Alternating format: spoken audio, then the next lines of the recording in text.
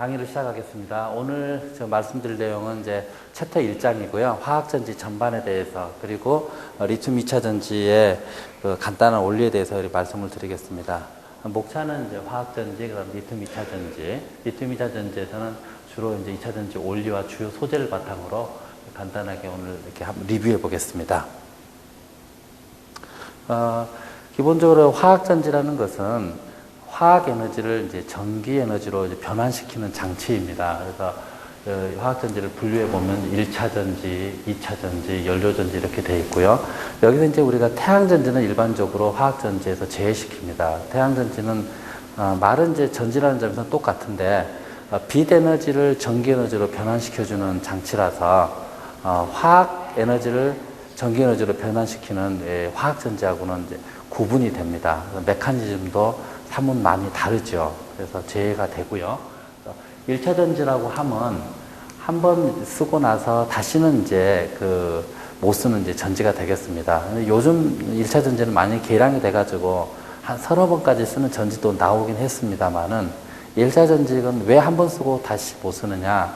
화학 에너지가 전기 에너지로 이렇게 변환된 다음에는 그 역반응이 잘 일어나지 않는다는 거죠. 반면에 2차 전지는 반응이 가역적이라는 겁니다. 그래서 화학 에너지가 전기 에너지로 바뀌고 다시 전기 에너지에 의해서 원래 상태로 되돌릴 수가 있는 반응이 가역적이라서 여러 번 이제 사용할 수 있고 원리적으로 사용할 수 있는 전지가 되겠고요.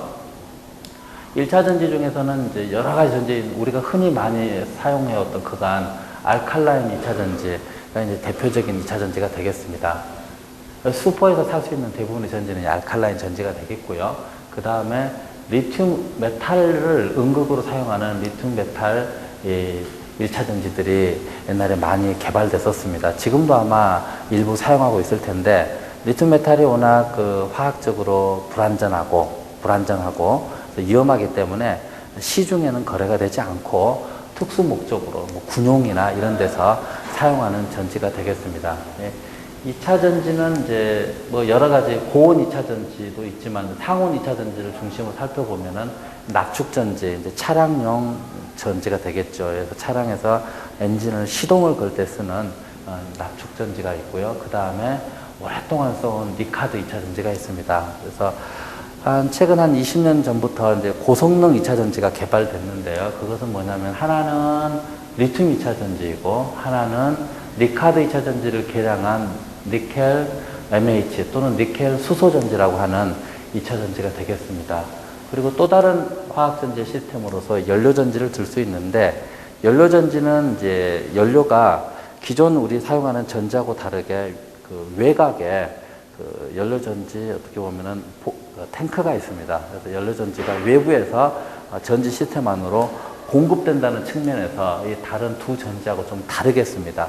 다른 두 전지는 어떤 컨테이너 안에 연료가 이미 들어있고 그 화학 에너지를 전기 에너지로 변환시켜주는 반면에 연료 전지는 전지 시스템 외부에 연료가 저장되어 있다는 것이죠. 그래서 간단하게 이제 리튬 2차 전지를 자세하게 살펴보기 전에 연료 전지를 좀 간단하게 한번 살펴보겠습니다. 연료 전지 보기 전에 잠깐 히스토리를 보면은요, 납축 전지는 벌써 한 150년 전에 개발이 됐었고요. 니카드 전지 역시 100년이 넘는 역사를 갖고 있습니다. 니켈 MH 전지는 사실은 리튬 2차 전지보다 한 2년 전에 상용화에 성공을 했는데, 어떻게 보면은 뭐랄까요, 우리가 소비자들한테는 많이 익숙하지 않은 전지가 되겠습니다. 저 전지보다는 우리가 IT 휴대용 전자기기에 대부분 리튬 2차 전지를 쓰고 니켈 MH 전지는 잘 쓰지 않기 때문에 좀 익숙하지가 않죠. 근데 이 전지는 이제 주로 어디에 많이 쓰이고 있냐면 요즘에 와서는 전기 자동차에 많이 좀 쓰이고 있습니다.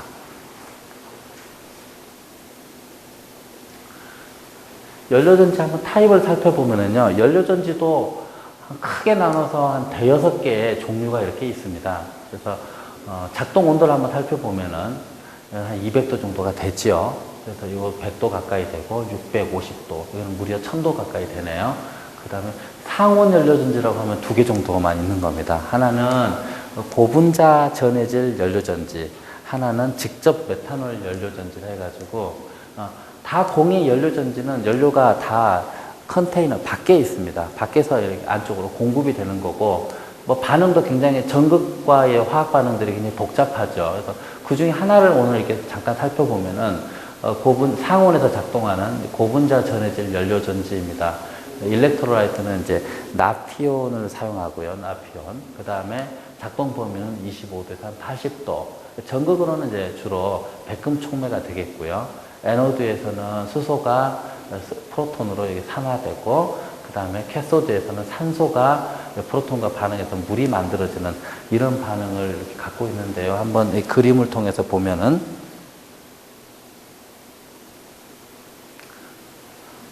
앞서 말씀드린 대로 이 에노드에서는 이제 수소가 이 셀 컨테이너 밖에서, 전기화 시스템 밖에서 전기화 시스템 안쪽으로 이렇게 공급이 됩니다. 그러면 전극에서 이런 반응이 일어나고요. 그래서 수소가스가 산화가 돼서 그 프로톤이 만들어집니다. 그리고 만들어진 프로톤은 이 에노드와 캐소드 사이에 있는 멤브레인이 있는데요.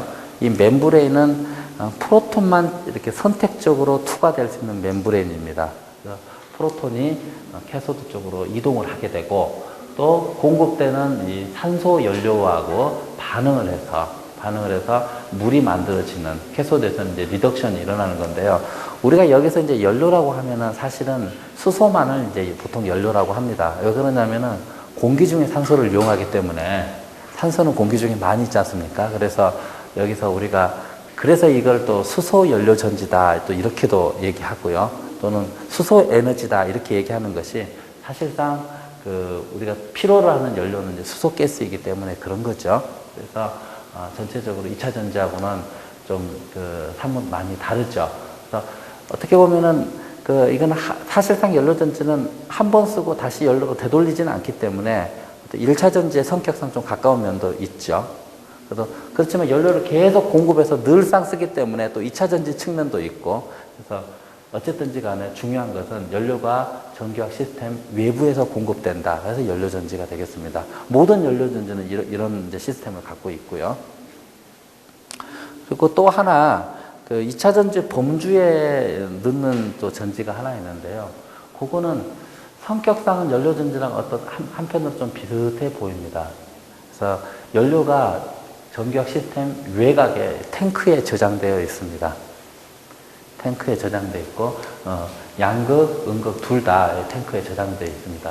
이런 전지를 레독스 플로우 전지라고 하는데, 이런 시스템들이 여러 개 있는데, 그 중에서 이제 대표적인 사례가 바나듐 옥사이드 시스템입니다. 바나듐 연료 전지인데, 바나듐 레독스 플로우 전지인데, 이 전지는 이제 주로 대용량 전력 저장용으로 사용이 됩니다. 그래서 보면은 메커니즘을 보면은요, 방전 시에 용액을 이렇게 흘려주면은 용액이 흘러가면서 이 전극에서 반응이 일어납니다. 반응이 일어나서 바나듐 옥사이드 2 플러스가 바나듐 옥사이드로 되는, 그러면서 이게 또 여기 음극도 역시 용액을 전기화학 시스템 내부로 흘려줘서 충방전이 일어나게 되는. 그래서 결국은 2차 전지하고 같은 것은 뭐냐면은, 나중에 충전하고 싶을 때는 전자의 흐름을 거꾸로 흘려져 가지고 다시 화학 시스템을 원상태로 되돌린다는 것이죠. 그래서 예를 들면은 음극 쪽에서는 리덕션 할 때는 바나듐 2 플러스가 이제 여기 옥시데이션이죠. 방전 때는 2 플러스가 3 플러스로 이렇게 산화가 되는데, 충전 때는 이제 음극에서 리덕션이 일어나서 다시 원래 상태로 되돌리는. 그래서 용액 자체는 이제 외부에 있는 용액 자체는 펌프에 의해서 이렇게 들어가게 되고요. 우리가 알고 있는 가장 간단한 전극 반응이 되겠습니다. 전극 표면에서 레독스 커플이 산화하는 반응을 하는 거죠. 그래서 우리가 익숙해져 있는 리튬 2차 전지하고는 전혀 다른 거죠. 리튬 2차 전지는 인터컬레이션 반응인 반면에 이 반응은 전극 표면에서 일어나는 용액 전기화학에 가깝죠. 레독스 전극 반응이 되겠습니다.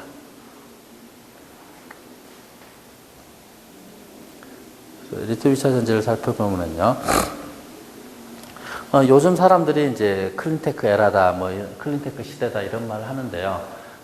이제 역사가들이 이렇게 쭉 살펴보니까는 1차 산업혁명이 이제 1771년에 이렇게 일어났다고 합니다. 그리고 나서 2차 기술혁명이 한 그 50년, 5, 60년 지난 이제 전기관 시대가 이렇게 열리고, 그 다음에 또 1875년경에는 이제 철강 중공업 시대가 이렇게 열렸다고 생각을 하고요.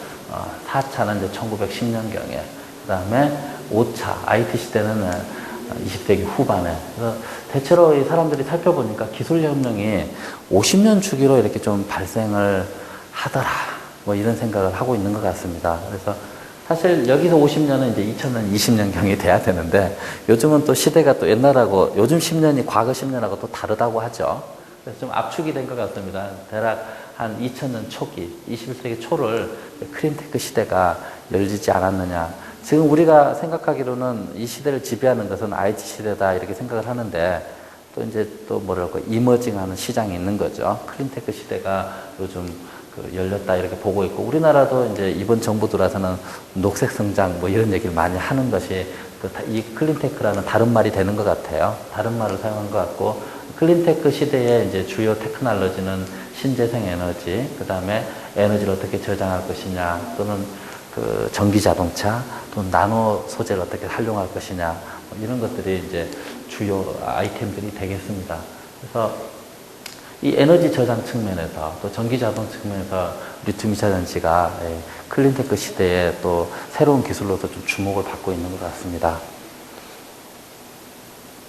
2차 전지 히스토리를 살펴보면요, 앞서 본 것처럼 납축 전지가 150년 전에, 니카드 전지가 110년 전에 이렇게 개발이 됐었고요. 리튬 2차 전지에 올리는 지금부터 한 30년 전에 이 사람들이 이제 이태리 사람들인데, 그때 처음 이제 페이퍼에 이렇게 발표가 됐었습니다. 그래서 발표될 당시만 해도 뭐 저 당시에는 이제 니카드 전지가 크게 활약하고 있었고, 또 니카드 전지를 개량한 니켈 MH 전지, 니켈 수소 전지라고 하는 전지가 곧 상업화를 목전에 두고 있었기 때문에 큰 주목을 받지 못했죠. 일본 사람들이 그런데 좀 이 전지를 좀 다르게 봤던 것 같아요. 한 10년 동안 열심히 개발해가지고 갑자기 이 리튬 2차 전지를 소니가 1991년에 시판을 했습니다. 20년 전이죠. 저걸 시판할 때만 해도 당시에 우리나라 전지 업체들은 중소기업들이었어요. 영세했죠. 그래서 대기업이 전지를 전혀 손대지 않은 시대였습니다. 그래가지고 중소기업에서 관심이 전혀 없었어요. 왜 그러냐면은 두 가지 측면이 있는데, 하나는 그 리튬이온 전지를 하나 이게 라인 하나 까는데 1000억, 2000억 이 정도의 돈이 들어간다는 거죠. 중소기업에서 돈 투자할 여력이 전혀 없죠. 그리고 이제 곧 있으면은 니켈 수소 전지를 이제 목전에 두고 있는데, 또 열심히 또 중소기업, 우리나라 로켓이라든지 여러 회사들이 또 그런 전지를 개발하고 있었어요. 그러다가 한국 회사들이 90년대 중반에 리튬 2차 전지 이제 개발을 시작을 했죠. 삼성만 해도 92년, 93년에 사업 검토를 할 때 니켈 수소 전지를 했었어요. 니켈 수소 전지를 삼성이 98년까지 일을 하고, 리튬 전지는 아주 그냥 어떻게 보면은 니켈 수소 전지 한 대충 5분의 1 정도의 맨파워를 가지고 한번 구색을 갖추는, 혹시 이것도 뜰지 모르니까 이것도 좀 해보고, 그러나 이제 메인은 삼성이 2000년 거진 2000년에 가깝게까지 니켈 수소 전지를 하고 있었어요. 그러다가 99년에 이제 LG가 LIB 리튬 이온 전지죠, 전지를 상업화를 하고, 삼성에서는 이제 사실은 지금 현재 사용하고 있는 LIB는 상업화를 좀 늦었고요. 조금 다른 전지가 있어요. 다른 SDI에서 2000년에 1년 뒤에 LIB 전지를 만들었는데, LIB는 LIB인데 조금 다른 전지입니다. 요즘 쓰고 있는 거하고. 그걸 상업화를 했죠. 그래서 또 일본은 역시 또 전기자동차 시장에 있어서도 앞서갔는데요. 97년에 MH 전지를 가지고 전기자동차를 만들었었죠. 그다음 2000년에는 닛산이 티노 하이브리드의 리튬 이온 전지를 처음으로 탑재를 했고요. 그래서 지금 전기자동차 시장이 어떠냐? 지금 현재 수준의 전기 자동차에 들어가는 그 2차 전지의 95%가 니켈 MH 전지가 되겠습니다. 그리고 5%의 전지만 리튬 이온 전지가 지금 탑재되고 있는 실정이죠. 그래서 향후 이게 향후 5년, 10년 사이에 엄청난 역전이 일어날 걸로 지금 예상을 하고 있고요. 그래서 우리나라는 역시 대략 한 9년에서 10년 늦은 2009년에 현대 아반떼, 그 다음에 또 뭐죠, 포르테인가의 LPI 하이브리드를 LG화학이 납품을 해서 전지를 납품해서 전기자동차가 2009년에 LIB 전지가 처음으로 탑재된 것이 되겠습니다.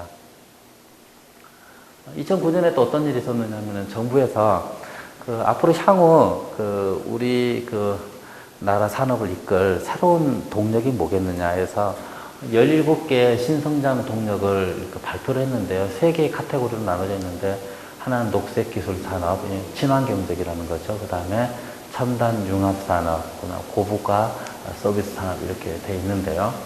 여기서 이제 좀 주목해 볼 만한 것이 이제 에너지 측면에서 신재생 에너지가 있고 탄소 저감 에너지 이렇게 돼 있고요. 그린 수송 시스템이라 해서 다시는 전기 자동차가 되겠습니다. 그래서 이동형 항만이나 하이브리드 자동차. 그래서 우리 이제 리튬 2차 전지 기술은 사실은 요 부분하고 신재생 에너지 여기하고 좀 관련이 돼 있겠습니다. 그래서 수소 연료전지라고 아까 한번 고분자 전해질 연료전지를 얘기하는 거죠. 그 중에서 연료는 수소니까. 그래서 닉네임이 수소 연료전지라고도 하는 겁니다. 수소가 사실은 연료로 들어가는 거고 산소는 공기 중에 얼마든지 있으니까요. 그래서 우리가 이제 또 신재생 에너지를 뭡니까? 여기 뭐 주요 내용이 또 빠졌는데 여기 태양전지 외에도 풍력 에너지도 조력 에너지 여러 가지 신재생 에너지가 있는데 신재생 에너지는 어떻게 보면은 생산되는 전력이 일정하지가 않아요. 그래서 전력을 저장했다가 또 나중에 사용하고 그래서 결국은 전력을 저장할 수 있는 것은 이제 전지이기 때문에 신재생 에너지에도 2차 전지가 또 한몫 끼게 되겠습니다. 그래서 이러한 새로운 뭡니까 정부 시책도 사실 지금 현재 2차 전지 연구 개발에 상당히 드라이브를 걸고 있고요. 사실은 이제 우리나라가 아까 본 것처럼 이제 LG는 99년에, 삼성은 2000년에 리튬 2차 전지를 이제 생산을 했는데, 그때만 해도 세계 8대 메이커가 다 일본에 있었습니다. 1위부터 8위까지가 일본이었는데, 작년이죠. 작년에 이제 매출을 이렇게 살펴보면은, 산요가 역시 1위고, 삼성이 2위, 3위가 소니, 4위가 LG와 근소한 차이로, 또 올해 어떻게 바뀔지 몰라요, 이 두 회사는. 그래서 근소한 차이로, 그래서 4대 메이커 안에 우리나라 회사가 2개나 있는 건데요. 엄청난 일이죠, 사실은. 10년 동안 집중적인 투자의 결실이라고 볼 수가 있겠습니다. 하나 좀 더 주목할 만한 점은 이제 영업이익률인데요. 전지 장사를 하고 나서 남는 돈이 얼마나 남았느냐. 소니하고 산요는 상당히 형편없죠. 우리나라 두 회사는 10%가 좀 넘어가는 두 자리 숫자 영업이익률을 이렇게 자랑하고 있습니다. 그만큼 품질이 좋다는 걸 의미하죠. 무슨 말이냐면 불량률이 낮다라는 걸 의미하기도 하고요. 또 사실 숨어 있는 것은 인건비가 또 이 두 회사보다는 또 작죠. 그것도 영업이익률에 좀 기여를 하는 것 같습니다. 향후 이 시장을 살펴보면은요, 리튬 2차 전지가 예를 들면 2010년까지만 해도 거진 한 90% 정도는 다 소형 IT 기기, 그래서 셀폰이라든지 노트 PC, 뭡니까, 디지털 카메라, 그 다음에 캠코더, 다 모든 게 소형 휴대용 전자기기에 지금까지는 사용돼 왔었죠. 그래서, 근데 향후 이제 판도가 좀 바뀔 것이다. 한 대략 10년 후를 한번 살펴보면은 소형 IT가 차지하는 것이 현재 95에서 95%인데 그것이 반 이하로 줄어들 것이다. 그러니까 10개를 리튬 이온 전지를 생산을 하면은 5개 이하가 휴대용 전자기기에 들어갈 거라는 겁니다. 나머지는 그럼 어디로 들어갈 것이냐? 전기 자동차라든지 에너지 저장하는데 신재생 에너지의 에너지에서 에너지를 만들어내면은 그 에너지를 이제 저장하는 그 수단으로 사용될 거라고 생각을 하고 있고요. 그 다음에 또 가끔 그 정전이 되면은 무정전 그 장치라고 있습니다. UPS라는 이제 거기에도 이제 사용될 수 있는 그런 하고 또 요즘에는 에너지 저장이 또 어떤 관점에서 주목을 받고 있냐면은 요즘도 이제 우리나라에서 나오는 얘기가 낮 시간대하고 밤 시간대 그 전기세를 좀 다르게 받자 그럽니다. 그러면 전기가 좀 쌀 때 전기를 모아놨다가 가정에서도요 낮 시간에 비쌀 때 쓰자 이런 심야 전기를 값싼 심야 전기를 집에서 저장할 때 향후는 이제 그런 쪽에서 우리 이제 그 뭐 가정에서도 전력 저장용으로 2차 전지를 구입하는 시대가 올 것 같습니다. 그래서 전기 자동차는 지금도 이제 좀 그 많이 만들어지고 있는데 아까 얘기한 것처럼 리튬 2차 전지가 전기 자동차 시장에서 현재 5%밖에 차지하지 않다는 것이죠. 그래서 향후에는 이제 니켈 수소 전지를 대체해 갈 것입니다. 지금 이제 성능이 리튬 2차 전지가 좋긴 하지만 못 쓰는 이유가 세이프티 때문에 그런 거죠. 세이프티 이슈를 완벽하게 극복을 하면은 보다 가볍고 부피가 작은 리튬 2차 전지로 다 이제 바뀌게 될 것 같습니다.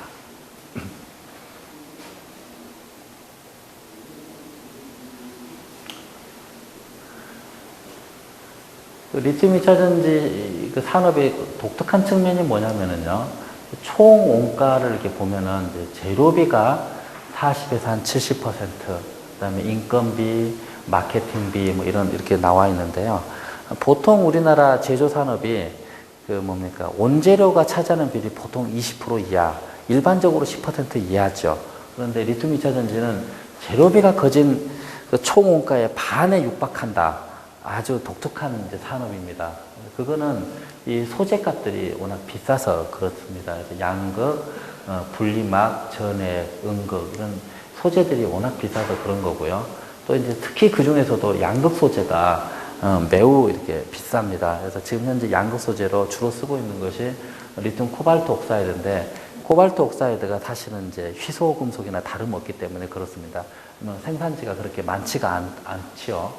그래서 지금까지 그 2차 전지의 그 용량에 대한 그 기술의 향상 정도를 이렇게 시대별로 보면은요, 지난 20년간은 한 대략 그 용량의 한 2배 정도 지난 20년간 상승을 했는데, 그거는 어떤 케미스트리가 바뀐 것이 아닙니다. 소재가 바뀐 것이 아니고, 오로지 그 제조 기술력, 제조 기술력을 통해서 전지 용량이 이렇게 꾸준히 매년 상승해 왔는데, 향후 이제 이런 상승 정도 가지고는 앞으로의 그 전자제품에는 좀 적합하지 않다라는 이제 결론을 갖고 있습니다.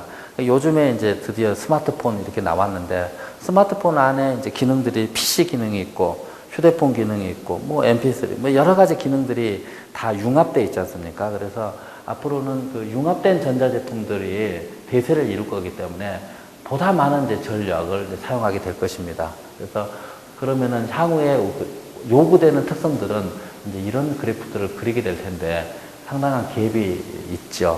이런 갭은 어떤 그 단순한 그 엔지니어링 워크로 이렇게 극복될 수 있는 것이 아니다라고 사람들이 결론을 내리고 있고요. 무엇보다도 그 핵심 소재들이 바뀌어야 되겠다. 지금 그렇게 사람들이 그렇지 않고서는 이런 갭을 메꿀 수가 없겠다 생각을 하고 있고요. 핵심 소재 개발은 두 가지 측면에서 중요합니다. 하나는 앞으로 시대적으로 요구되는 이제 그 전자제품들이 고용량, 고밀도, 고출력을 요구한다는 것입니다. 그래서 그런 측면에서 지금 현재 2차 전지가 맞지 않고 또 하나는 지금 단가가 너무 비싸다는 거죠. 그래서 저거를 낮추기 위해서도 핵심 소재 연구 개발이 매우 중요하다고 할 수 있겠습니다.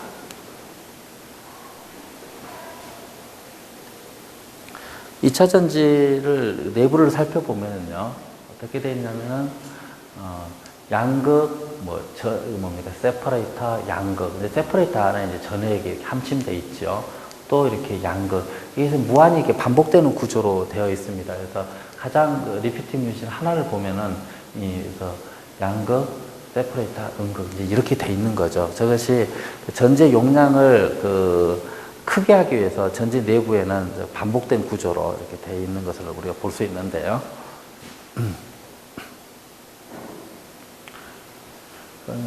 구성 요소를 한번 이렇게 살펴보면은 이제 그 양극 활물질 이런 게 있고요. 그 다음에 음극 활물질 들어있고, 그 다음에 두 전극이 정기적으로 접촉이 되지 않도록 분리막이 이렇게 놓여 있고, 이 두 전극과 분리막은 전해에게 적셔 있는 상태가 되겠습니다. 그래서 우리가 보통 4대 구성 요소를 보면은 양극재, 전해액, 분리막, 음극재가 되겠고, 이건 좀 약간 방향이 좀 잘못됐네요. 이거는 이제 집 전체가 되겠습니다. 집 전체는 이제 양극에는 알루미늄을 쓰고, 음극에는 이제 카파를 쓰죠. 그래서 양극재는 양극판 어떻게 구성되어 있느냐면은 이제 집 전체하고 바인더, 도전제, 양극 활물질 이렇게 구성이 되어 있는데요. 사실 이제 바인더하고 도전제하고 집 전체는 어떻게 보면 전극 반응에 직접적으로 관여하지 않기 때문에 우리가 숨어 있는 소재들이 되겠고, 우리가 밖으로 내세우는 것은 이제 양극 활물질이 양극판을 대표한다 이렇게 볼 수가 있겠습니다. 그 외에도 이 모든 그 소재들을 다 포함하고 있는 그 외장재, 우리가 말하는 이제 용기죠. 용기, 캔이라고도 하는 외장재가 있겠습니다. 초창기에는 1982년에 그 LIB 그 논문이 발표되기 전에는 70년대, 아무리 못해도 70년대부터 무슨 일이 있었느냐면요. 리튬 메탈을 음극으로 사용하는 2차 전지를 개발하고 있었습니다. 그래서 어떻게 되냐면은 충전 시에는 양극 안에 격자 구조 안에 있는 리튬 이온이 리튬 메탈로 갔다가요. 방전 시에는 리튬 이온이 다시 거꾸로 양극으로 이렇게 들어가는 이런 메커니즘을 통하게 되는데, 근데 문제는 중방전이 거듭되는 동안 리튬 메탈이 다시 이 리튬 금속에 이렇게 다시 이렇게 전착이 될 때 원래 모양대로 붙지 않고 형상이 계속 바뀐다는 거죠. 그래서 예를 들면은 상당히 좀 복잡하게 붙고 리튬 메탈이 원래 리튬 음극에서 떨어지는 현상도 생기고요. 그래서 저 전지를 캐나다에서 사실은 개발을 해가지고 1980년대인데 어디인지 정확히는 연도를 모르겠습니다. 80년 중반쯤 되나요? 이 전지 회사가 엄청난 세이프티 문제를 일으켰어요. 그래서 전지가 폭발을 했죠. 그때 공장에서 화재가 났었나요? 그래가지고 그 후로는 이 전지를 사람들이 이제 단념을 했습니다. 한번 대형 사고를 겪고 나서. 그래서 시장에서 완전히 그 뒤로 사라졌고요. 초창기에는 하여튼 어쨌든지 간에 리튬 메탈만큼 좋은 음극이 없다. 용량 측면에서는. 그래서 저거를 어떻게든지 간에 한번 써보자 이렇게 됐었는데, 제일 무서운 거는 이제 세이프티죠. 그래서 리튬 메탈을 단념하고, 그러면은 다른 전지가 없겠느냐 해서 나온 것이 이 전지입니다. 요게 이제 30년 전에 발표됐는데, 일본에서 음극에 그러면은 똑같이 흑연을 써가지고 리튬 메탈 옥사이드 양극과 흑연을 써서 둘 다 인터컬레이션 케미스트리가 일어나는 리튬 이온이 양극으로도 들어가고 또 음극으로도 들어가고 저런 이제 시스템을 생각을 하게 된 거죠. 그래서 잠깐 내부적으로 원리를 한번 살펴보면은요. 현재 사용하고 있는 리튬 2차 전지가 대부분이 양극에는 리튬 코발트 옥사이드를 사용합니다. 음극에는 대부분 이제 흑연을 사용하죠. 구조를 한번 살펴보면 어떻게 되느냐면요. 흰색이 이제 악시전입니다. 악시전층이 이렇게 있고, 그 다음 밑에 금속층, 또 산소층, 금속층, 산소층. 그래서 두 산소층 사이에 항상 금속층이 존재하는데요. 금속층이 한 번은 코발트, 한 번은 리튬, 코발트, 리튬 이렇게 번갈아 가면서 존재하는 거죠. 근데 금속층은 어쨌든지 간에 금속은 양이온이잖아요. 그래서 전기 중성 때문에 음이온층 사이에 존재하는 거죠. 산소층 사이에 이렇게 존재하게 되고요. 그리고 이제 흑연은 어떻게 보면 층상구조로 되어 있는데, 층상구조로 되어 있어가지고 메탈이 없죠. 전혀. 100% 탄소로 되어 있는데요. 그 층 사이에 리튬이온이 이렇게 분포되게 되어 있습니다. 이 그림이 조금 보기에 좀 잘 비약적으로 잘 안 보여서 이것이 아마 더 뚜렷한 그림이 될 텐데요. 보면은 뭡니까? 산소층 사이에 메탈층이 있고 산소층 사이에 또 뭡니까? 산소층, 코발트, 산소, 리튬, 산소, 코발트 이렇게 반복되는 구조로 이렇게 되어 있고요. 우리가 처음 그 리튬 2차 전지를 조립할 당시에는 양극에는 리튬 코발트 옥사이드, 음극에는 그 탄소를 보통 C6로 이렇게 표시를 하는데요. 저렇게 들어 있습니다. 탄소에 리튬이 하나도 없다는 뜻입니다. 이렇게 있다가 이 양극에 있는 리튬 이온이 말이죠. 탄소로 이렇게 들어가게 됩니다. 그래서 우리가 화공과나 화학과에서는 스토이키오메트를 정수로만 표시합니다. 1대 1대 2 이렇게 정수로 표시하는데 이제 이 재료나 고체 화학에서는 스토이키오메트를 이렇게 그 소수로 표시를 하게 됐죠. 요 말인즉 코발트하고 옥사이드는 1대2 스트럭처로 있는데 리튬의 농도가 바뀌는 거다 이렇게 생각을 하면 되겠습니다.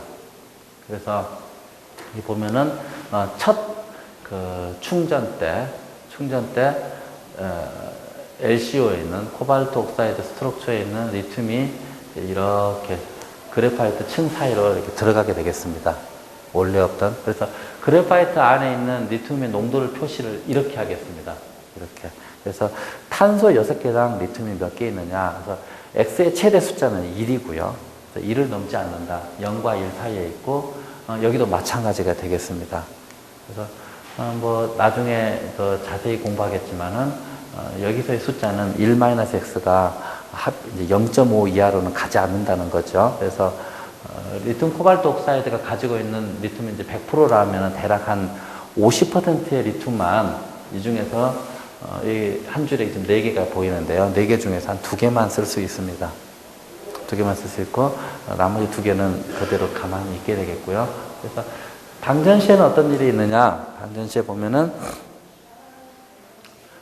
방전 시에는 이제 전자가 음극에서 양극으로 이동을 하게 되고요. 그래서 외부 부하에 이제 전기를 공급을 하게 되겠습니다. 리튬이온은 뭡니까? 충전 때 이렇게 음극으로 갔던 리튬이온은 다시 빠져나와서 양극의 격자 구조로 이렇게 들어가게 되겠고요. 반대로 이제 충전은 이제 그 반대 현상이 이제 일어나게 되죠. 그래서 이 충방전이 계속 반복된다는 것이 바로 이제 이 흐름을 얘기하고 있습니다. 충전 때는 이제 외부의 이제 파워 서플라이에 의해서 전자가 억지로 흑연 안쪽으로 밀어넣어지게 되면은 리튬이온이 흑연층 사이로 이렇게 들어가는 메커니즘은 이제 아주 단순하게 되겠습니다. 그래서 여기 살펴보면은 정리하면은요, 리튬 코발트 옥사이드하고 이제 흑연이 반응을 해서 리튬 코발트 옥사이드에 있는 소량의 일부분의 리튬이 흑연 쪽으로 이동하는, 충전 때는 이제 오른쪽 방향이고요, 방전 때는 왼쪽 방향. 이것이 이제 반복되는. 그래서 리튬 이온은 이제 서로 양극과 음극 사이에 왔다 갔다 하는 그 차지 캐리어가 되겠습니다. 그래서 모든 전지가 그렇듯이 외부에서 양극과 음극을 연결하는 외부 도선이 있는데, 외부에서는 전자가 차지 캐리어고 양극과 음극 사이에서의 차지 캐리어는 이온이 되겠는데요. 리튬 2차 전지에서는 이제 리튬이 이제 독보적인 차지 캐리어가 되겠습니다. 리튬 이온이. 그래서 이런 어떤 메커니즘을 갖고 있다 보니까는 다른 니켈 MH 전지 같은 경우는 충방전하는 동안에 그 반응물과 생성물이 전혀 그 화학식이 전혀 다릅니다. 그래서 구조도 다르고 성분도 달라지죠. 그래서 가역적인 반응이 일어날 거라고 기대하기가 쉽지가 않지요. 100사이클 정도야 되지만 500사이클, 1000사이클 이 정도로 가역적인 반응이 계속 일어나기는 기대하기 어려운데, 리튬 2차 전지 같은 경우는 양극, 음극의 스트럭처가 유지가 되기 때문에, 유지가 되면서 단지 리튬이온의 농도만 바뀌는 거라서 우리가 그 장수명을 기대할 수가 있습니다. 그리고 니켈 MH 전지나 니카드 전지에 있는, 또는 납축 전지에 있는 메모리 효과가 리튬 2차 전지에는 없다고 볼 수가 있고요. 메모리 효과라는 것은 사실은 그 전지가 어떤 그 화학적인 상태를 기억하고 있다라는 건데요. 그래서 예를 들면은 니카드 전지에서는 어떤 특정 물질, 그러니까 방전 깊이를 완전히 방전하지 않고 한 50% 방전하고 충전하고 계속 그렇게 되다 보면은 더 이상 그 충방전 반응에 참여하지 않는 물질들이 생깁니다. 그 절연성, 그러니까 뭐죠? 정기적으로 절연체 물질들이 생기면서 반응을 더 이상 참여하지 않는데, 우리 리튬 이온 전지 같은 경우는 그런 일이 없는 거죠. 그래서 또, 납축 전지나 니카드 전지에 비해서 더 환경 친화적이다. 이렇게 사람들이 이제 생각을 하고 있습니다. 전에 이제 리튬 이온이 왔다 갔다 한다 해가지고, 그 락킹 체어 전지다, 또는 마치 셔틀 같다, 또는 그네처럼 리튬 이온이 움직인다 해가지고, 저런 그 닉네임들이 이제, 오랫동안 이제 붙어 있었죠. 주요 소재를 한번 이렇게 살펴보면은, 먼저 이제 제일 중요한 소재, 이제 양극 소재가 있고요. 음극 소재가 있습니다. 현재는 이제 층상계인 리튬 코발트 옥사이드를 쓰는데, 예를 들면은 리튬 코발트 옥사이드 외에도 리튬 니켈 옥사이드도 있고, 코발트와 니켈을 적절히 섞어놓은 이성분계 층상계도 있고, 다양하지 많게 있습니다. 많이 있고요. 음극은 이제 흑연과 또 비정질 카본들이 이제 음극 재료로 사용되고, 경림막은 폴리프로필렌이나 폴리에틸렌, 올레핀계 그 다공속 막을 이제 사용합니다. 전해질은 유기용매에 그 리튬 솔트가 이제 녹아있는 시스템이 되겠습니다. 이게 이제 4대 소재고, 각각을 한번 좀 살펴보면은요.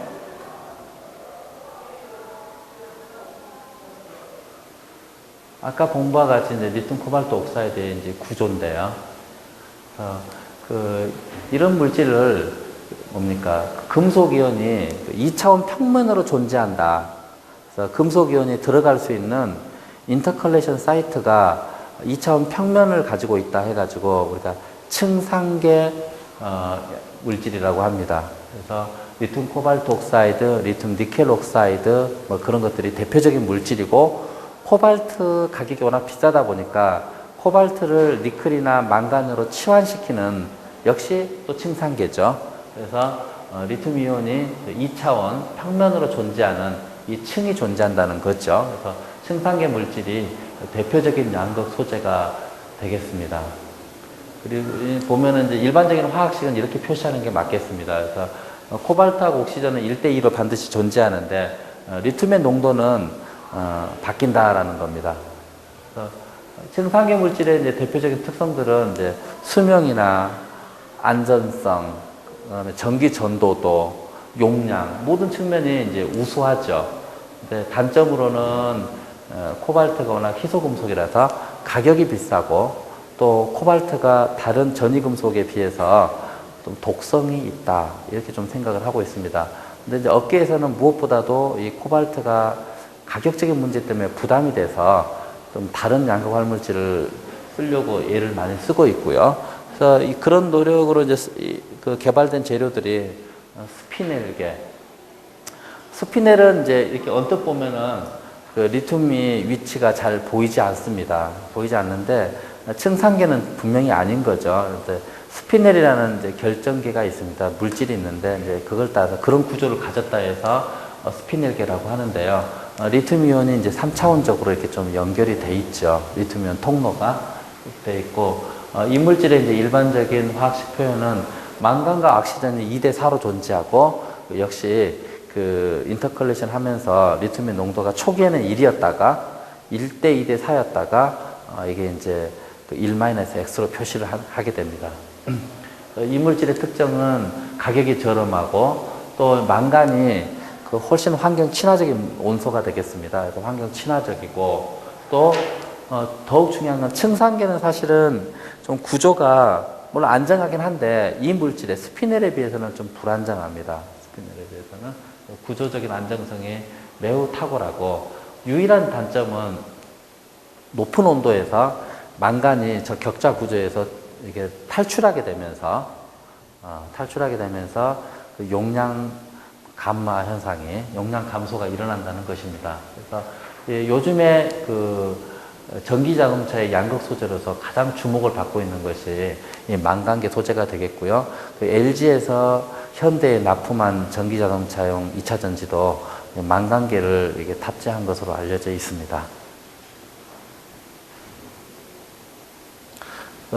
최근 들어서 다시 떠오르는 소재가 올리빙계, 구조 이름입니다. 올리빙계 양극 소재인데 위에서 한번 살펴보면 어떻게 되냐면요. 가장 커다란 이온들이 이제 산소 이온이 되겠고요. 그 산소층 사이사이에 리튬과 철과 인이 이렇게 분포되겠습니다. 유일하게 이제 음이온은 산소이고요. 나머지는 다 양이온인데요. 일반적으로 음이온이 굉장히 크지요. 그 음이온의 스트럭처 사이사이에 빈 공간에 양이온들이 이제 분포하게 되는데 위에서 내려다본 그림입니다. 그래서 빨간색들이 이제 철이고요. 파란색이 인, 그 다음에 녹색의 작은 것들, 요것들이 이제 리튬이 되겠습니다. 리튬이 저렇게 분포되어 있고, 이 물질의 이제 특징들은 장점으로는 가격이 굉장히 싸다. 지구상에 그 철이 대량으로 분포되어 있으니까요. 매장량에 있어서 가장 독보적으로 많죠, 철이. 그리고 친환경적이고 구조적으로 안정하고, 현재는 이제 극복해야 될 문제들은 합성이 좀 까다로워서 지금 사실은 원가는 싼데 저 물질을 저 올리빙계로 만드는 제조 비용이 좀 많이 든다는 것이죠. 향후에 좀 많이 낮춰져야 될 것 같고요. 그 다음에 이 물질의 가장 단점으로는 다른 물질과 다르게 거진 인설레이터입니다. 전기 전도가 없다고 보면 되겠습니다. 그래서 요걸 좀 극복하는 것이. 우리가 이제 어떤 양극 소재를 볼 때 두 가지를 봐야 되는데요. 일렉트리컬 컨덕티비티하고 리튬이온의 디퓨전하고 살펴봐야 되는데요. 지금 여기서 전기 전도가 떨어진다는 것은 일렉트릭 컨덕티비티가 떨어진다는 것이지 리튬이온이 안에서 늦게 움직인다는 얘기는 또 아닙니다. 그래서 우리가 2차 전지 양극 소재는 리튬이온이 어떤 격자 구조에서 얼마나 빨리 움직이느냐, 그게 굉장히 중요한 요소죠.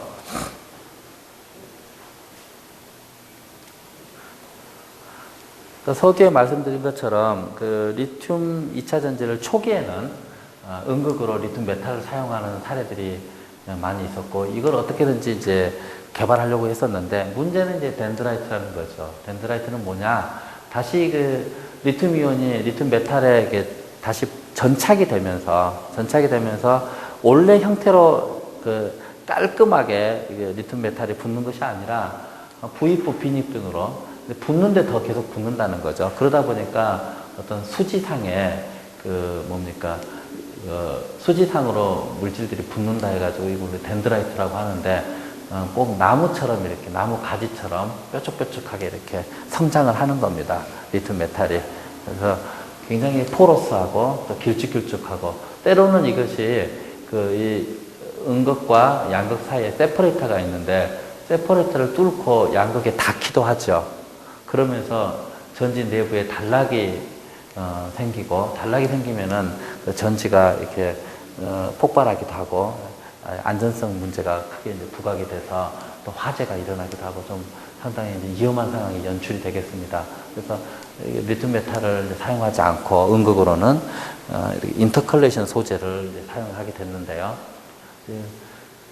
흑연이 이제 가장 그 이상적인 음극 소재 중에 하나가 되겠습니다.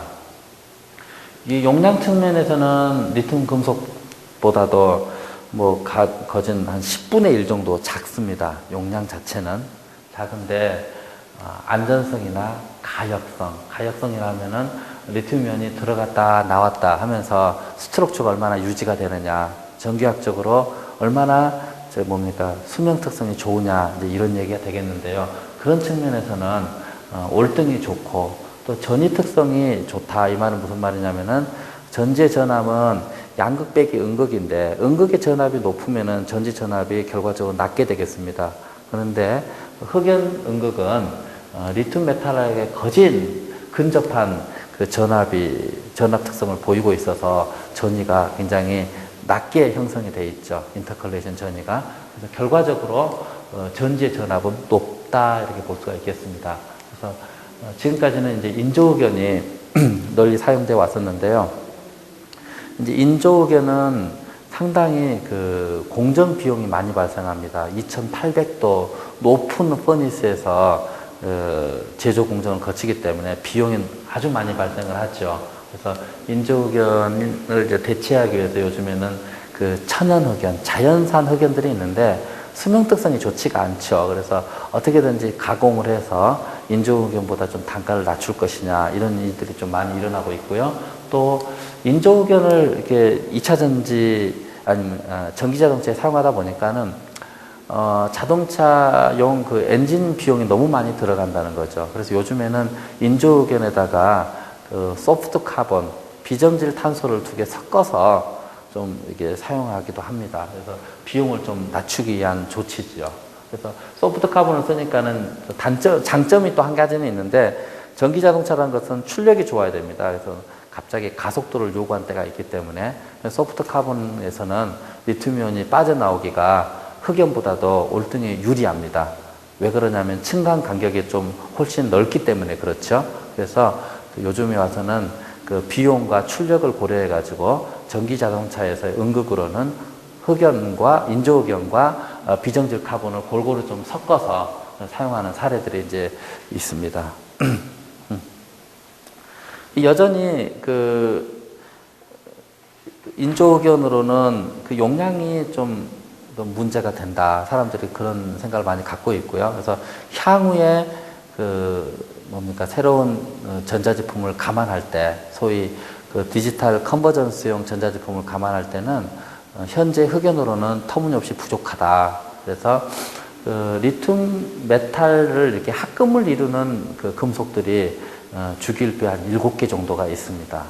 그 중에 이제 대표적인 것이 실리콘과 틴이 되겠는데요. 실리콘의 경우 그람당 용량이 한 4,000 정도 됩니다. 그래서 흑연의 10배 정도가 됐죠. 실리콘 같은 경우는 리튬 메탈보다도 그람당 용량이 높습니다. 그런데 이제 단점이 뭐냐면은 기존의 이 탄소계 재료는 탄소층 사이에 2차원의 그 리튬 인터컬레이션 플레인이 있었죠. 그래서 리튬이온이 그 플레인에서 왔다 갔다 하면서 그 인터컬레이션, 소위 인터컬레이션 반응이 일어났습니다. 그래서 구조가 바뀐 것이 아니죠. 그런데 이 합금계라는 것은 어떤 거냐면은, 새로운 그 본드가 형성이 됩니다. 이 실리콘하고. 원래는 실리콘 이런 본드에서 실리콘 주변에 리튬 메탈이 쫙 포진하게 되고요. 실리콘, 리튬 메탈, 새로운 반딩이 연성이 되면서 엄청난 그 상변화가 일어나고 또 상변화 결과 이 부피 팽창이 이제 수반되게 됩니다. 그래서 실리콘 틴 같은 경우 대략 한 300% 정도 이렇게 생각을 하는 거죠. 그래서 원래 자기 부피의 3배 정도의 그 부피가 이렇게 새로 발생한다는 것이죠. 그래서 보니까는 충방연한 동안 팽창과 수축이 이렇게 반복이 되면서 마치 그 겨울철에 바위가 얼었다 녹았다 하면서 바위가 부서지듯이, 이 실리콘계 은극이 부서지는 현상이 생기면서 수명 열화가 발생하게 됩니다. 그래서 이런 안 좋은 수명 특성을 어떻게 극복하느냐, 그것이 지금 요즘 최근에 그 합금계 은극의 화두가 되겠습니다. 그래서 일본의 한 2세 업체 중에서 합금계 은극을 좀 잘 개량을 해가지고 이제 은극으로 탑재한 사례들이 몇 개 있는데요. 그거는 이제 휴대용 전자제품 중에서 휴대폰하고 노트 PC는 아니고요. 휴대폰하고 노트 PC는 수명이 굉장히 좋아야 됩니다. 안 그러면은 소비자의 불만이 많겠죠. 늘 사용하는 거죠. 휴대폰 같은 경우는. 그렇지만은 캠코더 같은 경우나 디지털 카메라는 휴대폰보다도 빈도가 훨씬 떨어집니다. 그래서 수명이 한 대략 휴대폰 전지에서 한 3분의 1만 돼도 소비자들이 잘 몰라요. 똑같이 3년을 써도 역시 성능이 좋구나 이렇게 생각을 합니다. 그래서 합금계 은극을 요즘에 그 캠코더라든지 잘 빈도수가 없는 디지털 카메라에 좀 사용한 예가 몇 건 있습니다. 그리고 또 은극 소재로서, 고용량 은극 소재로서는 그 나노 입자로 되어 있는 나노 전이금속 산화물입니다. 그래서 우리가 흔히 알고 있었던 코발트 옥사이드나 철 산화물, 구리 산화물 이런 것들이 최근에 큰 입자일 때는 반응을 하지 않는데 나노 입자일 경우에는 화학적인 반응성이 높아져 가지고 저것이 가역적으로 반응이 일어난다는 것이 최근에 알려졌습니다. 그래서 예를 들면 코발트 옥사이드 경우에 이가의 코발트 옥사이드가 전자 2개와 반응하고 리튬이온 2개와 반응해서 리튬 옥사이드하고 코발트가 만들어집니다. 그래서 이때 만들어지는 이제 코발트가 나노 입자라는 거죠. 이 코발트가 리튬 옥사이드 매질에 이렇게 코발트가 이렇게 골고루 분산되어 있는 겁니다. 분산되어 있고 리덕션 시에는 이러다가 다시 충전 시에는 이 역반응이 일어나더라. 이거를 이제 최근에 테라스콘 그룹에서 이제 발견을 해가지고 이제 보도했습니다. 이 물질은 상당히 기존에는 전혀 이런 물질은 전기학적으로 반응성이 없다라고 생각을 했는데 사람들이 이제 상당히 저런 반응이 나노 세계에서 일어난다는 것을 보고 상당히 주목을 했고요. 단점으로는 전극 특성이 그다지 좋지 않다. 그래서 이 반응이 빠르게 일어나지도 않고 반응이 그냥 느리다는 거고요.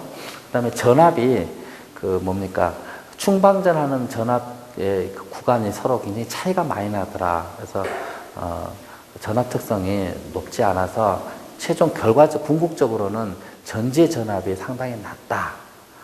일반적으로 LIB 전지는 한 3.7V 정도의 중간 전압을 보이는데 이 물질을 사용할 경우에는 전지 전압이 2V로 떨어지는 그런 안 좋은 점이 있습니다. 리튬 2차 전지 전해질은 기존의 니카드나 니켈 MH 전해질과 크게 다른 점은 용매를 물에서 유기용매로 바꿨다는 겁니다. 그래서 물은 기본적으로 포텐셜 윈도우가 1.5V입니다.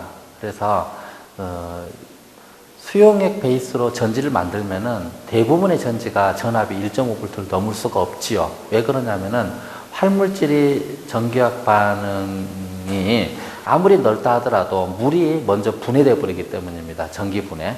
그래서 1.5V인데 아주 특이한 경우에 물이 전기 분해를 좀 늦게 일어나게 해가지고 물의 전기 분해도 결국 촉매 전극 반응인데 그 전기 분해가 어떤 전극에서는 전기 분해가 빨리 일어나고 백금이나 이런 거는 어떤 전극에는 늦게 일어나는데 그 차이로 볼티지를 좀 올린 케이스가 있습니다. 그게 납축전지죠. 납축전지는 물의 전기 분해가 좀 늦게 일어나서 대략 한 1.9V 정도의 전압을 냅니다. 그러나 여러분이 흔히 이제 보편적으로 사용하는 대부분의 알칼라인 전지나 이런 전지들은 1.2에서 1.4V 정도의 전압을 보입니다. 반면에 리튬 2차 전지는 3.7에서 4V의 높은 전압을 보이는데요. 그거는 포텐셜 윈도우가 넓은 유기용매를 사용하고 있기 때문입니다. 유기용매는 물보다도 다르게 분해가 잘 안 된다는 거죠. 그래서 리튬 2차 전지는 기본적으로 유기용매를 사용했고요. 염으로는 리튬 솔트를 사용했습니다. 리튬 솔트를 사용한 거는 여러 가지 서포팅 일렉트로라이트가 있지만 리튬 2차 전지는 리튬 이온 자체가 전극 반응에 참여하기 때문에 다른 양이온보다도 리튬 이온을 쓰는 것이 당연하겠습니다. 훨씬 유리하고요. 그래서 리튬 2차 전지의 전해액은 세 가지로 우리가 한번 분류해 볼 수가 있는데 하나는 액체 전해질, 하나는 고분자 전해질, 하나는 혼성인 젤 폴리머 전해질 이렇게 나눠 볼 수가 있습니다. 먼저 이제 액체 전해질을 살펴보면은 액체 전해질은 간단하게 유기용매에 리튬이온이 녹아있는 형태입니다. 그래서 리튬이온이 유기용매에 의해서 헬이 돼가지고 리튬 이온이 이제 솔베이션 되어 있는. 음이온은 상당히 커서 솔베이션이 되지 않고요. 그래서 유기용매에 의해서 리튬 양이온만 솔베이션이 되겠습니다. 그래서 표시를 해놓은 건데요.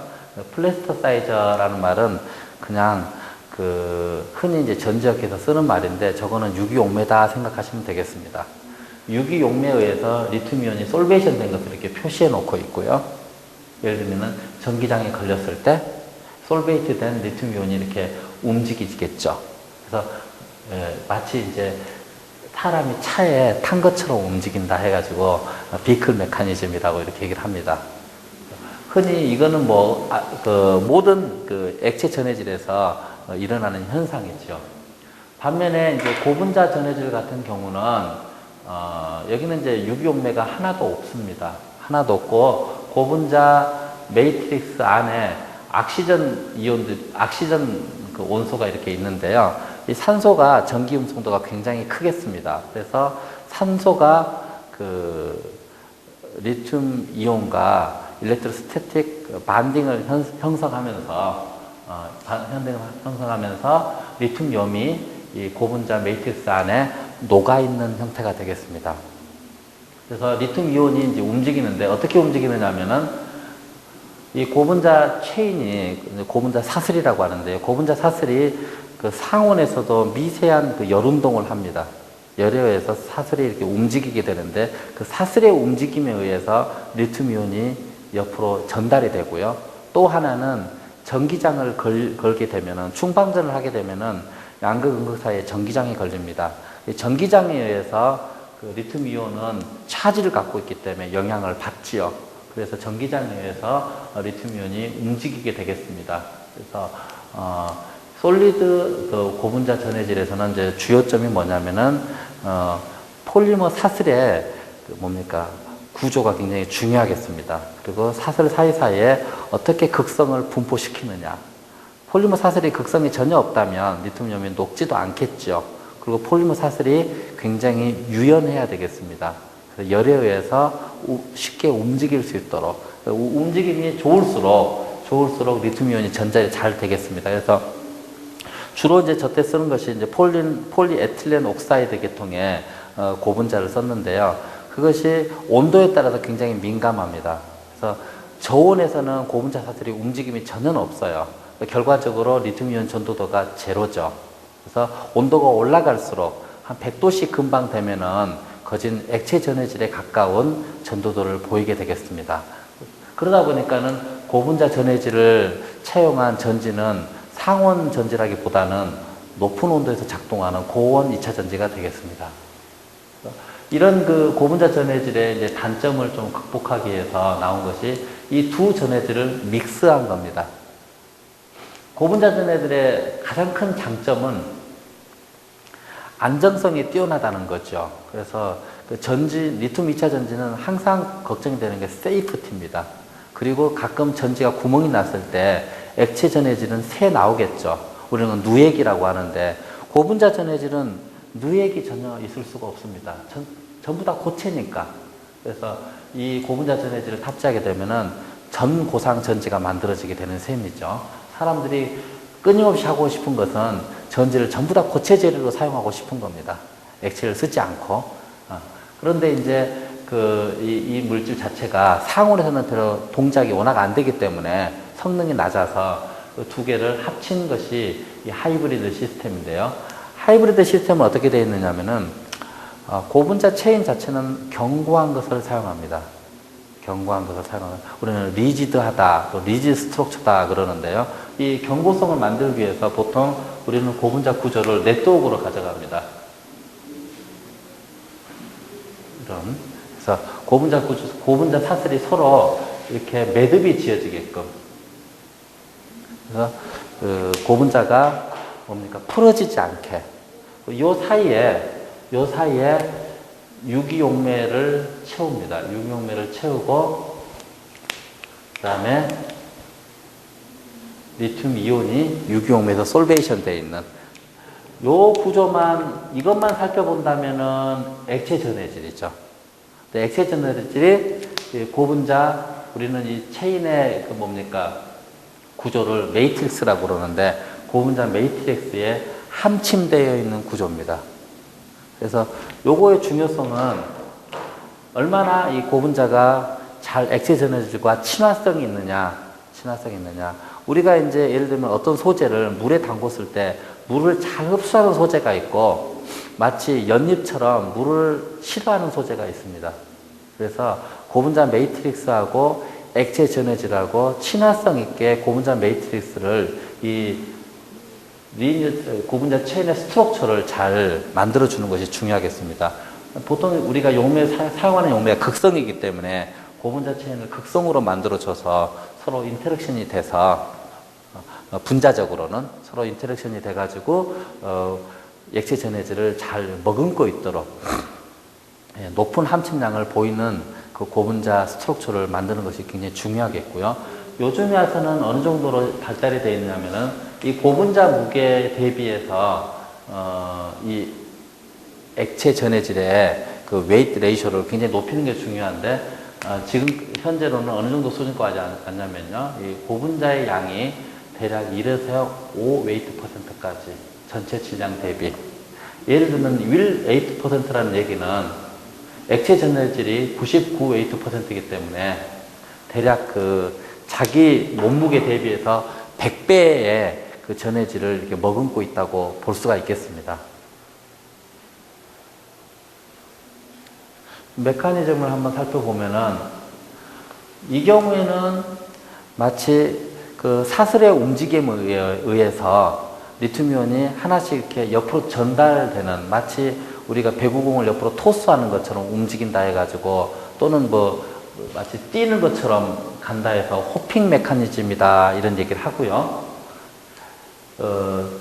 이거는 이제 젤 폴리머 전해질인데 젤 폴리머 전해질은 기본적으로는 리튬이온이 이렇게 솔베이션 돼서 움직이기 때문에 액체 전해질과 동일한 비클 메커니즘이 되겠습니다. 리튬이온만 살펴본다면은 젤 폴리머 전해질에서 리튬이온이 고분자 매트릭스하고는 직접적인 관련성이 하나도 없는 거죠. 하나도 없고 오로지 용매와 유기용매와 고분자 체인 간의 인터랙션만 있는 겁니다. 유기용매를 보통 극성 용매를 쓰기 때문에 고분자 체인에다가 극성 펑셔널 그룹을 달아주면은 서로 반딩이 높아지겠죠. 반딩 효율이. 그러면서 많은 양의 유기용매가 저 안에 들어가게 되겠습니다. 그래서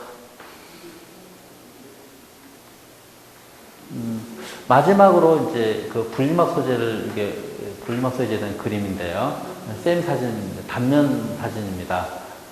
셀가드의 이제 그 올레핀 게 그 소재의 사진인데요. 3층 구조로 이렇게 되어 있습니다. 이제 폴리프로필렌, 폴리에틸렌, 폴리프로필렌 이렇게 되어 있고 보시는 바와 같이 굉장히 다공성 구조로 되어 있는데 저 기공의 분피가 대략 그 전체 그 지오메트리 부피의 대략 한 50% 정도 되겠습니다.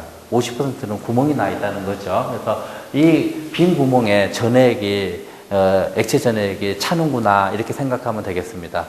그래서 이 분리막 소재의 첫 번째 역할은 양극과 음극을 정기적으로 분리시켜 주는 거고요.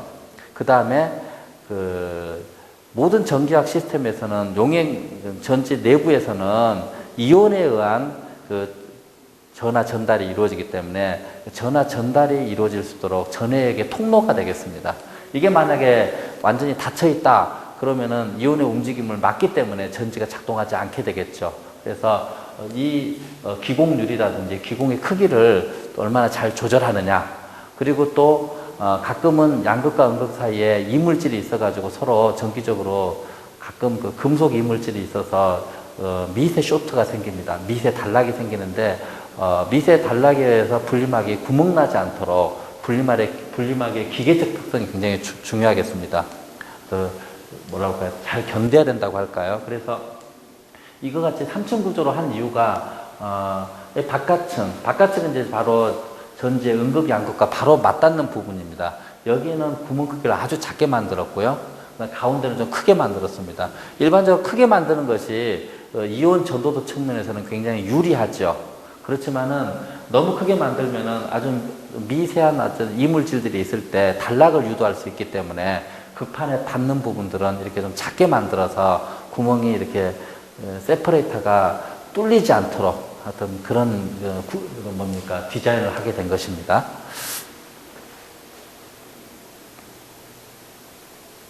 마지막으로 현재 그 리튬 전지의 응용 분야와 향후 응용 분야를 한번 대략 우리가 한번 살펴보면은요.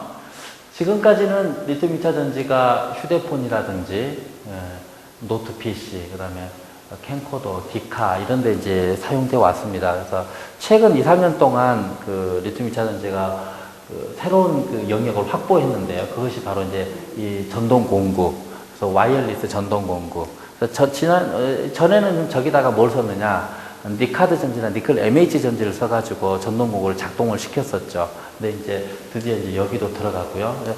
들어가는데 그 직접적인 이제 이유들은 보면은 일단은 가볍지 않습니까? 일할 때 전지가 무거우면 얼마나 드릴링하기가 좀 어렵겠어요. 그리고 유럽 같은 경우는 그 선진 유럽에서는 이 환경 규제가 까다롭습니다. 저게 카드뮴이 들어가기 때문에 요즘에 규제가 있어서 리튬 2차 전지를 탑재할 수밖에 없는 그런 상황이 이렇고, 그다음에 전기 자전거, 그다음에 전기 청소기, 로봇에까지 이제 이르게 되죠. 그래서 예를 들면은 그 얼마나 이게 이제 산업에 영향을 많이 미치느냐면요. 10년 전에 삼성 SDI의 매출 구조가 그 매출 구조를 살펴보면은 이 리튬 2차 전지가 차지하는 게 삼성 SDI의 전체 매출액이 5%밖에 안 됐어요. 근데 지금은 아마 60% 정도 될 겁니다. 회사를 전혀 바꾸게 되는 거죠. 그만큼 다양한 분야에 진출을 하기 때문에 많이 생산해야 되는 거겠죠. 그 다음에 이제 SDI가 전에는 브라운관을 생산했는데 요즘 브라운관을 쓰라고 그러면은 좋아하는 학생이 하나도 없죠. 그래서 모니터로 최소한 LCD는 줘야 쓰지 않겠습니까? 그런 어떤 시대적 변화가 있었고요. 향후에는 이 전기 자동차를 필두로 해서 지금은 이제 5%라고 말씀드렸는데 조만간 10%, 20%를 넘어가게 될 거고요. 전기 자동차의 이제 응용 분야가 크게 확대될 걸로 예상이 되고 있습니다. 그리고 두 번째로는 이 신재생 에너지의 전기 저장 수단으로서 리튬 2차 전지가 사용될 거고요. 지금은 그러면 신재생 에너지는 뭐가 쓰고 있느냐? 아까 전기 자동차는 대부분이 니켈 수소 전지라고 그랬죠. 현재 신재생 에너지에는 납축 전지가 쓰이고 있습니다. 150년 된. 이게 150년 동안 기술을 개량하다 보니까 이제는 온가 차원에서는 납축 전지를 이길 만한 전지가 없어요. 온가 경쟁력 1위 전지죠. 그래서 납축 전지가 사용하고 있는데 향후에 리튬 2차 전지가 대량 생산을 하게 되면, 지금도 물론 대량 생산을 하고 있지만은 지금보다도 10배 이상의 규모가 실현되게 되면은 원가가 현저히 떨어지게 됩니다. 그래서 규모의 경제에 의해서 납축 전지를 밀어낼 날이 또 오지 않겠느냐, 이렇게 좀 생각을 하고 있고요. 또 향후에는 이제 스마트 홈이라든지 이제 스마트 그리드, 스마트 이제 전력 그리드망이라고 그러는데요. 저기에도 이제 활용될 것 같고, 또 아까도 말씀드린 것처럼 이제 향후에는 이제 집에서 이제 신재생 에너지를 좀 또 많이 이제 쓰게 될 것 같고, 또 아직까지는 그래도 태양전지 값이 비싸서 선뜻 태양전지를 집에다 달고 싶지 않죠. 그렇지만은 아주 쉽게 심야 전기값하고 대낮에 한참 전기 피크치의 전기값이 많이 다르기 때문에 심야 전기를 좀 가격 차이가 많이 난다면 그때는 심야 전기를 저장하는 집들이 좀 생기지 않을까, 그렇게 생각이 됩니다. 그래서 향후에 리튬 2차 전지가 뻗어나갈 분야는 굉장히 다양하고요. 그래서 그럼에 따라서 리튬 2차 전지 산업이 이제 크게 팽창할 걸로 생각이 됩니다. 이상으로서 이제 제 1장을 마치겠습니다.